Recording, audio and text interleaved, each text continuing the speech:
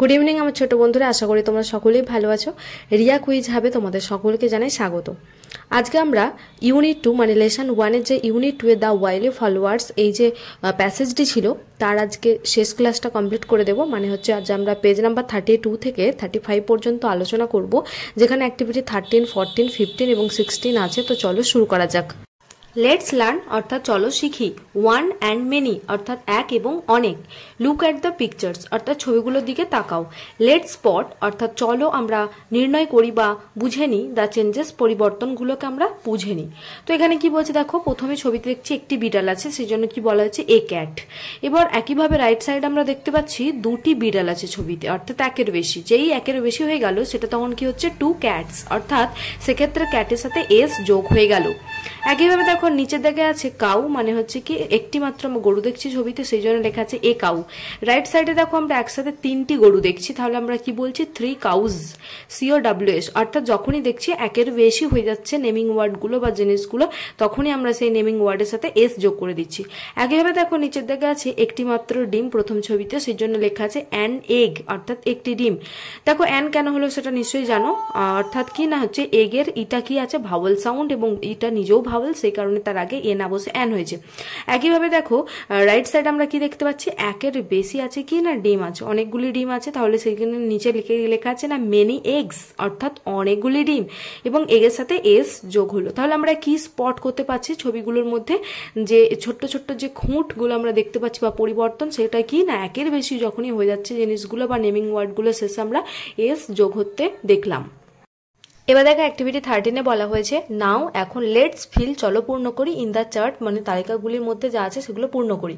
দেখো ফার্স্ট চার্টে আমরা দেখতে পাচ্ছি যে ওয়ান লেখা আছে, এবং সেকেন্ড চার্টে বা রাইট সাইডে লেখা আছে মেনি, অর্থাৎ এক এবং অনেক। এক বা ওয়ানের চার্টে আমরা দেখতে পাচ্ছি গোট লেখা আছে, অর্থাৎ ছাগল, এবং সেটা থেকে মেনিতে হয়ে গেল গোটস, মানে কি ছাগলগুলি। একইভাবে তাহলে ক্যামেল থেকে কি হয়ে যাবে ক্যামেলস, অর্থাৎ উট থেকে হয়ে যাবে উটগুলি। ডাঙ্কি মানে গাধা হয়ে যাবে কি ডাঙ্কিস, মানে হচ্ছে গাধাগুলি। বুক মানে কি বই, সেটা থেকে হয়ে যাবে বুকস, মানে কি বইগুলি। গার্ল মানে কি মেয়ে, সেটা থেকে মেনির ঘরে হয়ে যাবে কি গার্লস, অর্থাৎ মেয়েগুলি। তারপরে আছে বয় ওয়ানের ঘরে, তো মেনিতে কি হয়ে যাবে বয়েজ, অর্থাৎ ছেলেগুলি। পেন্সিল মানে তো জানোই পেন্সিল বা একটি পেন্সিল বোঝাচ্ছে, মেনিতে কি হয়ে যাবে পেন্সিলস, অর্থাৎ পেন্সিলগুলি।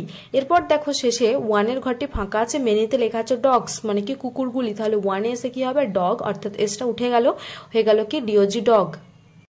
অ্যাক্টিভিটি 14-এ বলা হয়েছে লেটস আন্ডারলাইন, চলো নিচে দাগ দিই দ্য রাইট অ্যান্সার, অর্থাৎ সঠিক উত্তরে। এবার এক নম্বরে দেখো বলা হয়েছে এ কাউ হ্যাজ 4 লেগ, হবে না লেগস হবে।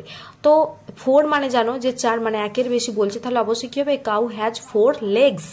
এরপর দুয়ের দাগে আছে কি না এ ডগ হ্যাজ 1 টেল, না টেলস। তো 1 মানে জানো যে একটি বোঝাচ্ছে, তো একটি হলে কি হবে এ ডগ হ্যাজ 1 টেল হবে, অর্থাৎ একটি কুকুরের কি আছে না একটি মাত্র লেজ আছে। তো 3-এরটা দেখো আছে আই হ্যাভ, অর্থাৎ আমার আছে 5 মানে 5টি ফিঙ্গার, হবে না ফিঙ্গার্স হবে ইন মাই লেফট হ্যান্ড, অর্থাৎ আমার বাম হাতে আমার কতগুলি আঙুল আছে না, জানি যে 5 ফিঙ্গার হয়, কিন্তু সেক্ষেত্রে ফিঙ্গার হবে না ফিঙ্গার্স, তো একের বেশি অবশ্যই ফিঙ্গার্স হবে, অর্থাৎ I have 5 fingers in my left hand. তো 4-এর দাগে আছে দেখো দেয়ার আর মেনি ফ্রুট না ফ্রুটস ইন দ্য বাস্কেট, অর্থাৎ এখানে মেনি মানে জানি অনেক বোঝাচ্ছে, তাহলে এখানে কি হবে ফ্রুটস, অর্থাৎ there are many fruits in the basket, অর্থাৎ ঝুড়ির মধ্যে অনেকগুলি ফল আছে। এবার দেখো অ্যাক্টিভিটি 15-এ বলা হয়েছে the cards are not in order, অর্থাৎ এখানে কার্ডগুলি সঠিকভাবে সাজানো নেই।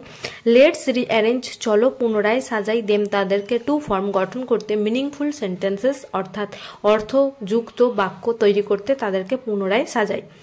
তো এক নম্বরে দেখো লেখা আছে bread eat dogs meat and, তো শুনেই মনে হচ্ছে ঠিকভাবে সাজানো নেই। তো সাজালে কি হবে না dogs it meet and bread, অর্থাৎ কুকুরেরা কি খায় না হচ্ছে মাংস এবং রুটি খায়। দুয়ের দাগে আছে দেখো animals Tigers flash it off, তাহলে সাজালে কি হবে না Tigers it flash of animals, অর্থাৎ বাঘেরা কি করে না হচ্ছে পশু বা মানে অন্যান্য প্রাণীদের মাংস খায়। 3-এর দিকে আছে can not their get pets food own, তাহলে সাজালে কি হবে না হচ্ছে pets can not get their own food, অর্থাৎ কি না পোষ্যরা তাদের নিজেদের খাবার নিজেরা কিন্তু জোগাড় করতে পারে না, যেহেতু তারা বাড়িতে পোষ্য, তাহলে তাদের সেই সুযোগটাই থাকে না, তাদের খিদের বেলে ঠিক টাইমে খাবার পেয়ে যাচ্ছে, তাহলে তাদেরকে আলাদা করে কি হচ্ছে খুঁজতে হচ্ছে না। তো চারিদিকে এবার দেখো কি আছে eat animals of different kinds food. অর্থাৎ সাজালে কি হবে, দেখো এগুলো সবগুলোই আমি বলে দিই একটু, যে তোমাদের চেনার উপায় হিসেবে কিন্তু প্রত্যেকটা দেখো কার্ডে প্রত্যেকটা দাগে একটি করে দেখবে ফার্স্ট লেটারটা ক্যাপিটাল আছে, সবগুলোর কিন্তু নেই। যেমন 4 দাগে দেখো অ্যানিম্যালসে এটা আছে, তাহলে তোমাদের ক্লু দিচ্ছে যে তোমাকে অ্যানিম্যালস দিয়েই শুরু করতে হবে। আগেরগুলো তাই ছিল, তাহলে আমরা অ্যানিম্যালস দিয়ে যদি শুরু করি তাহলে কি হবে না, হচ্ছে animals it different kinds of food, অর্থাৎ প্রাণীরা বিভিন্ন ধরনের খাবার খায়। একইভাবে 5 নম্বরটা দেখো আছে leaves, grass, animals eat some and. তো এখানে আমরা দেখতে পাচ্ছি সামের এসটা ক্যাপিটাল আছে, অবশ্যই সাম দিয়েই শুরু করতে হবে। তাহলে আমরা কি লিখবো না, হচ্ছে some animals eat grass and leaves, অর্থাৎ কিছু পশু বা প্রাণীরা কি খায় না, হচ্ছে ঘাস এবং গাছের পাতা খায়। এরপর দেখো অ্যাক্টিভিটি 16 বলা হয়েছে রাইট 5 সেন্টেন্সেস, অর্থাৎ 5টি বাক্য লেখো অ্যাবাউট অ্যান অ্যানিম্যাল, অর্থাৎ একটি প্রাণী সম্পর্কে, ইউ লাইক দ্য মোস্ট, অর্থাৎ যেটা তুমি সব থেকে বেশি পছন্দ করো। ইউজ দ্য হিন্টস, অর্থাৎ হচ্ছে ইঙ্গিত বা সংকেতগুলি ব্যবহার করো। মেনশনড বিলো, অর্থাৎ নিচে উল্লেখিত ইঙ্গিতগুলোকে তোমরা ব্যবহার করো। তো যেমন বলছে দেখো নেম অফ দি অ্যানিম্যাল, অর্থাৎ প্রথমে তোমাদের লিখতে বলা হচ্ছে যে প্রাণীটা তুমি সব থেকে বেশি পছন্দ করো আর কি, তার নাম। তো তুমি কি লিখবে না, I like the dog the most, অর্থাৎ আমি সব থেকে বেশি কুকুরকে পছন্দ করি। তো এখানে আমি ডগ দিয়ে বলেছি, তোমরা অন্য কোনো দিয়েও বলতে পারো যেটা তোমাদের পছন্দের আছে। আমি জাস্ট একটা প্রাণীর উপর দিয়ে লিখে দেখাচ্ছি যে কিভাবে লিখতে হবে। দেখো এরপর লেখা আছে ইটস ফুড হ্যাবিট, অর্থাৎ এর যে খাদ্যাভ্যাস সেটা কি, তাহলে কি লিখবো না, eats meat, bread, rice, milk, biscuits etcetera, অর্থাৎ এটা কি কি খায় আমি লিখেছি যে এটা খায় মাংস, রুটি, ভাত, দুধ, বিস্কুট ইত্যাদি। এরপর আছে দ্য সাউন্ড ইট মেক্স, অর্থাৎ এটা কি আওয়াজ করে সেটা লিখতে বলা হয়েছে। তাহলে কি লিখবো না, ইট বার্কস, অর্থাৎ এটা ঘেউ ঘেউ করে। তারপর হচ্ছে নেম অফ ইটস বেবিস, অর্থাৎ এর শাবকদের কি বলে সেটা লিখতে বলা হয়েছে। তাহলে কি লিখবো, the name of its baby is puppy, অর্থাৎ এর যে শাবক তার নাম কি না পাপ্পি বা কুকুরছানা। তারপর হচ্ছে ইয়োর রিজন, অর্থাৎ তোমার কারণ ফর লাভিং ইট, এটাকে বা এই প্রাণীটাকে যে তুমি ভালোবাসো তার কারণ কি।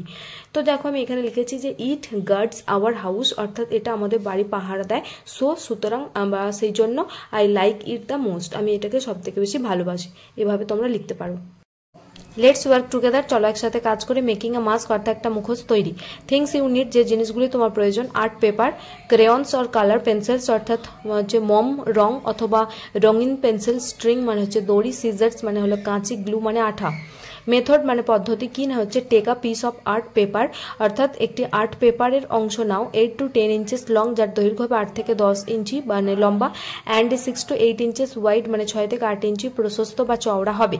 Draw the face of any animal, যে কোনো পশুর মুখ আঁকো, such as a tiger, lion, Camel or Jekyll, যেমন ধরো সেটা একটি বাঘ, একটা সিংহ, একটা উট অথবা একটা শিয়ালের ছবি হতে পারে।